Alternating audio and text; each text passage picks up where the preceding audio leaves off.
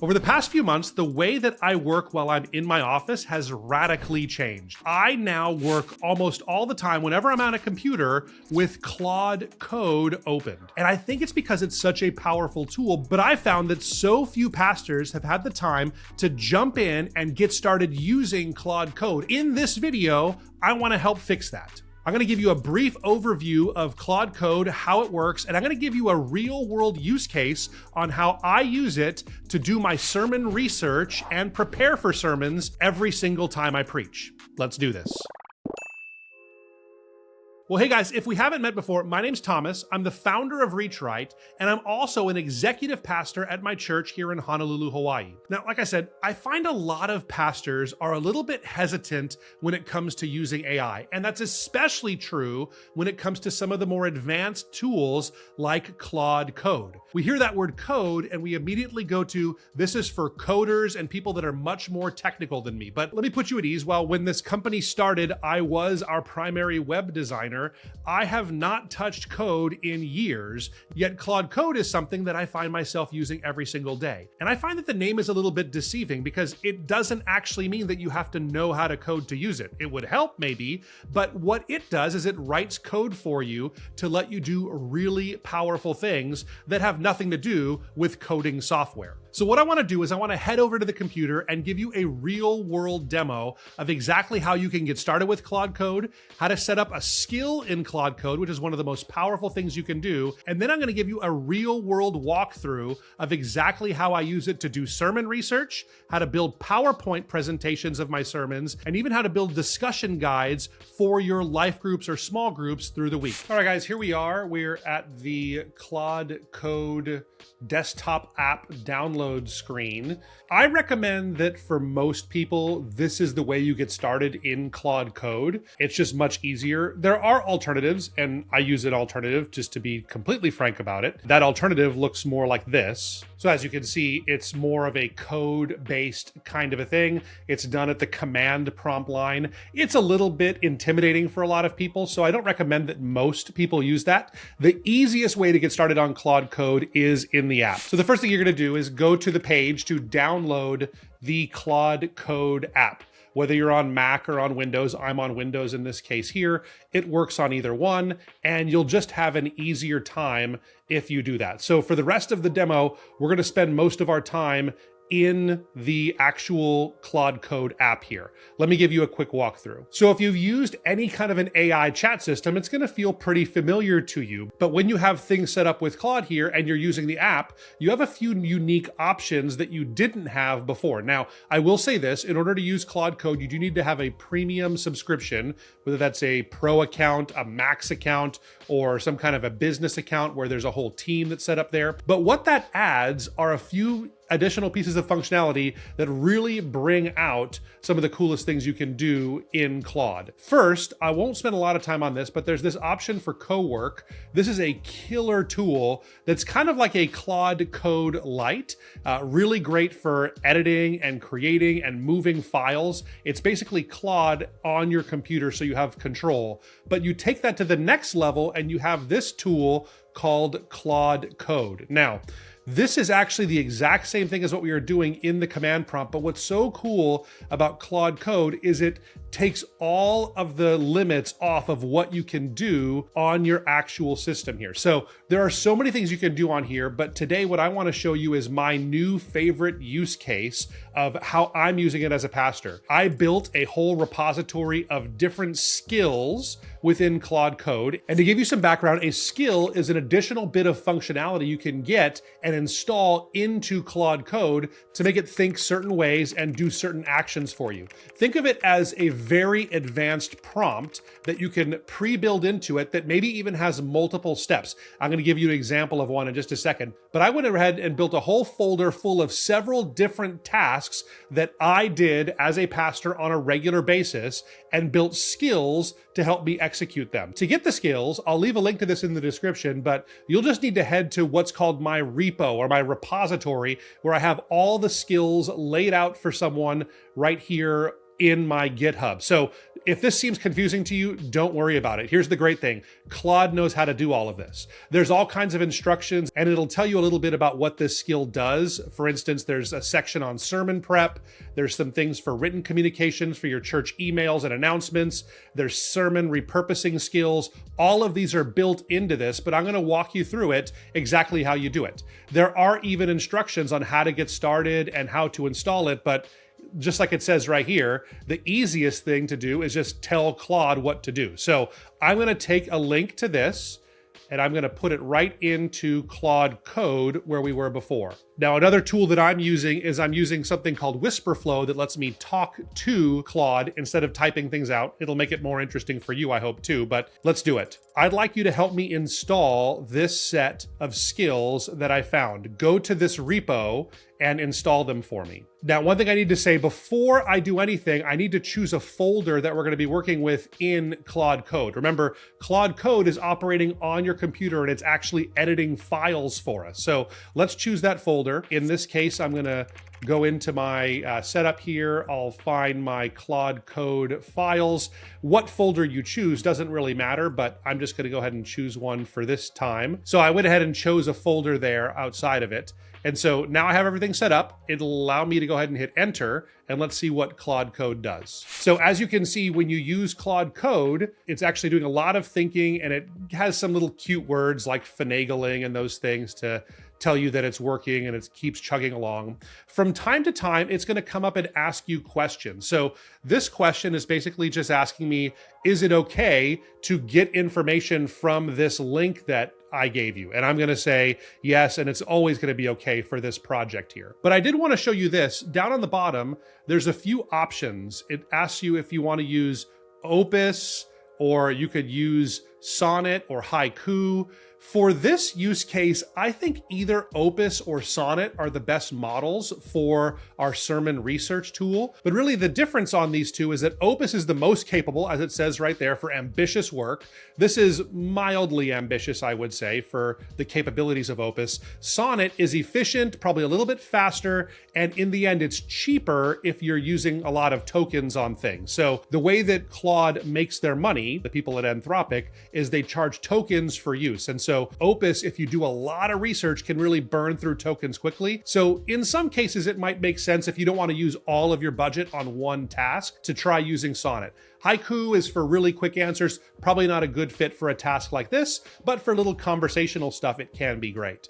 Okay, so let's see. It came back with some information for us here. It says it's done. All 4 of the pastor skills are installed to Claude Skills and are already picked them up. So all of these are on here. So let's see what happens. Let's try and use this sermon research one here. I think that's something that most of us as pastors were probably doing just about every week. So let's do that. I'm going to go ahead and talk again. I'm preaching a sermon this week about the passage in Luke where the guy keeps building bigger barns to store more and more stuff. I forget exactly where the passage is in Luke, but I'm going to be preaching on that, and I want to do research on that parable. Can you give me that full breakdown and use the sermon research tool? Oh, so there we have it. Prompt is entered, and let's go ahead and see what we get back. You'll notice that I tried to not tell it exactly what passage to do, just to give it a little bit of a challenge. And yeah, right away it pegs it. That's the parable of the rich fool from Luke 12:13 through 21. It's running the research skill on it. So there it is. It's going to take some time to kind of go through its entire sermon research process. I had already, because I've used this skill before, the first time you use the skill, it'll ask you a handful of questions to set the context. So in this case, I told it that the name of my church, my name, I pastor a 4-square church. We have about 300 in typical attendance, and our preferred translation is the NIV. So the skill is actually making some decisions based on what denomination you are. So if you put in that you are Baptist, you might get a slightly different set of commentaries or feedback that it pulls from. It might have a different perspective for your unique audience here. Also for the size church, and then also for the translation you prefer, all of that's happening. So as you can see, it's actually doing several different steps. It's researching the passage context. It's then going to do historical and cultural background. It's going to do a keyword study in 3 to 5 words. It'll look up commentaries and give us insights, cross-references, theological themes, and then even end with some thinking prompts. I can't wait to unpack some of those with you. And then when it's all done, it's going to generate one PDF document that we can go ahead and review. So we're going to let it run. It usually takes about 6 minutes or so to step through all of these different steps. So let's see what happens. All right, it's done with steps 1 through 3. What it's doing, and one of the cool things is it's running sub-agents. So basically it assigns different AIs to do each one of the steps, and then they'll compile it again all at the end. So just kind of a time-saving hack. Instead of them doing it one after the other, 1 through 3 all happened at the same time, and it's gonna keep working. Okay, looks like it's just about ready. Let's go ahead and allow the PDF to get made. Okay, looks like it's done here now. That clocked in at just over 7.5 minutes from the time we started that prompt to the time that it actually finished there. So I'm sure our editing team cut out a bunch of that, but it says we have a research doc that's all ready to go. It's called Sermon Research Luke 12, 13 through 21. Let's go ahead and see if we can find that and take a look at what we got. Okay, here is our new research doc. You see it titles it, makes it look pretty nice too. It puts in sermon research for Luke 12, 13 through 21.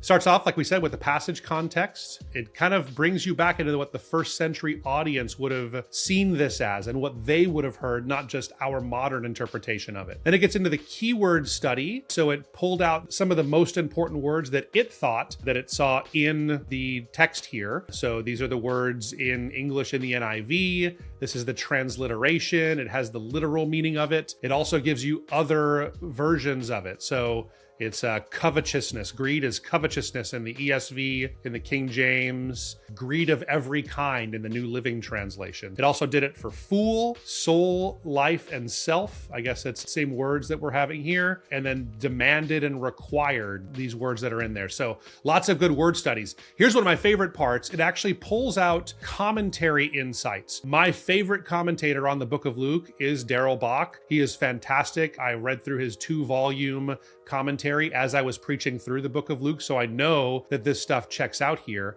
Now, here's the thing. Those are copyrighted works, so it's not giving you direct quotes, but it is data that it was trained on, and it's giving it back to you basically a close approximation to the intent of what Darrell Bock and other commentators were talking about. So another one from the New International Greek Testament Commentary. So lots of good commentary information on what some of these leading scholars think on the passage. It then gives you cross references. So where are these themes and maybe even direct parallels? Where are they at other places in scripture? Very cool. Maybe, we're in a more affluent area, so maybe it would be harsher in these kinds of passages. So all these things. And here's one of my favorite things that it does is it gives you thinking prompts at the end to help you as a pastor maybe wrestle with some of the things your audience might also be wrestling with. So here, for instance, Hawaii Kai has a lot of people who are financially comfortable and disciplined with money. How do you preach this text so that it speaks to people who would never see themselves as greedy,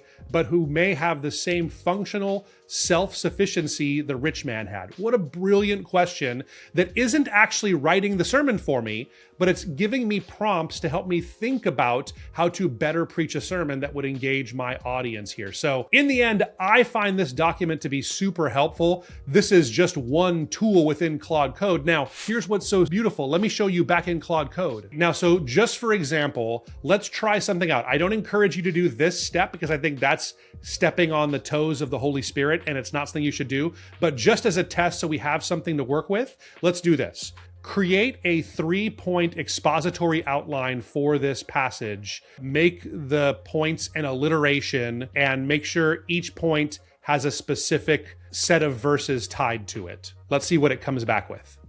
Now, what's so great about Claude Code is that it actually is able to do things that you couldn't do just in Claude Chat. Turn this into a PowerPoint that I can present when I preach on Sunday morning. See, what Claude has access to is skills on the back end where it can then go and actually perform tasks that uses your software on your computer. It'll ask you a few questions as you go to get permissions to go into PowerPoint and do those kinds of things. But as it does, and you give it those permissions, it should make a pretty good looking PowerPoint document for us. But that's what's so cool about Claude Code is you can use it to update and build new skills that'll allow it to make PowerPoints that are right on brand and perfectly matching the way you set up things at your church. And it looks like it maybe found something that it didn't love, so it's making some fixes to it. So let's see. So it's trying to look at it with a free version, LibreOffice, which is a free version of PowerPoint. So it's trying to turn it into a PDF to take a better look at it. There we go. Looks like it's done. Let's take a look and see what it did. It cooked for about 3 minutes to get to this point, just for context. Okay, there we have it. The bigger barns trap. And right off the bat, I mean, it doesn't look bad. I think it's pretty good looking for what it is. Let's take a look through what we got here. So it gets into the verses, and this again matches the outline that we had it generate that we don't recommend that you do. You should give it your own outline. But I think a great use case is using it to build PowerPoints for you. So it has this first verse, and then it goes into the request, which is point 1, verses 13 through 15. And then it kind of gives a little bit of context for what's happening there. That's not how I would do it. I would probably just have the scripture be what would be here. So again, you can make your own skill that tells it exactly how you want your PowerPoint set up. But all in all, looks like a pretty good version of it. This is an interesting insight that it found 12 first-person references in these 3 verses. That I will do this, and I will do this, and 0 mentions of God. It's kind of pointing to the man and how he's speaking only about himself. Actually, a really cool insight that I saw there. But again, let the Holy Spirit do his work with you. Okay, so we got a PowerPoint that's usable. We could use Claude Code to change it up and make all the changes to make sure it's really tailored to us and has our colors and those things in it. But let's just assume that that was good. Let's try this next step now. One of the other tools that was built into the Pastor AI skills is our small group discussion guide creator. So let's give that a shot and see what we come out with. One of the ways that you can call on Claude Code to use a skill is by using what's called slash command. So just make a slash, and then it'll give you a list of all the different skills you have available. You can go through them all, or you could just start typing and put in small group questions. Let's go ahead and click on that and see what it does. It should know what we're talking about, and let's see what kind of questions it comes back with. Okay, so it recognized what sermon we're talking about because we've been talking about it in all this context here. And then it says we're going to build the discussion guide and generate a PDF for it. That's just the way the skill is set up. You could have it set up to make a Word document or anything you want it to do. That's the great thing about Claude Code. You can make changes to anything that you're doing on here. Okay, great. Looks like it's done here. That took less than a minute to get the small group discussion guide done. So let's take a look and see what it came back with. Okay, similar styling it looks like to the sermon research guide, but you can again change that however you want. It gives you a couple of options for icebreakers. Let's read one of them. If you suddenly received a windfall, like an unexpected inheritance or huge bonus, what's the first thing you would do with it? Yeah, that's great. That's a home run for a life group or a small group at a church there. Read the passage together, and then there's some observational questions, some interpretation questions, some application questions, and then going deeper and a closing. So there's even a prayer prompt to have people pray in a specific way. What great ideas. Now, again, this is not the Holy Spirit. You can make any changes to this that you want, but this is a good start that I think would actually be useful for churches and small group leaders to kind of do sermon-based small groups. So in this video, again, I was just showing you a couple of the use cases for Claude Code. There is no limit to the number of things that you can do as a pastor. So I hope you've seen a little bit of the power of Claude Code and what it can do for a typical church. There are really no limits to the number of things that you can do on your own. This is just a small sampling using some of those skills I mentioned. Again, if you want to download and try these skills for yourself, I'll leave a link to it down in the description. Now, to be clear, they will also work in your typical Claude chat, so you can try try them out there, but I think if you're more comfortable in chat, you would be better off downloading our free download. It's 77 AI prompts for pastors. It's a PDF that has most of these skills in prompt form, and it'll probably help you out. So I'll leave a link to that in the description as well. And right now you're probably wondering, what is the line when it comes to writing sermons? How much can I use AI, or where should I totally swear off of it? Well, I did an entire video breaking down how to use AI to write sermons ethically. I think it's the video that you should watch next.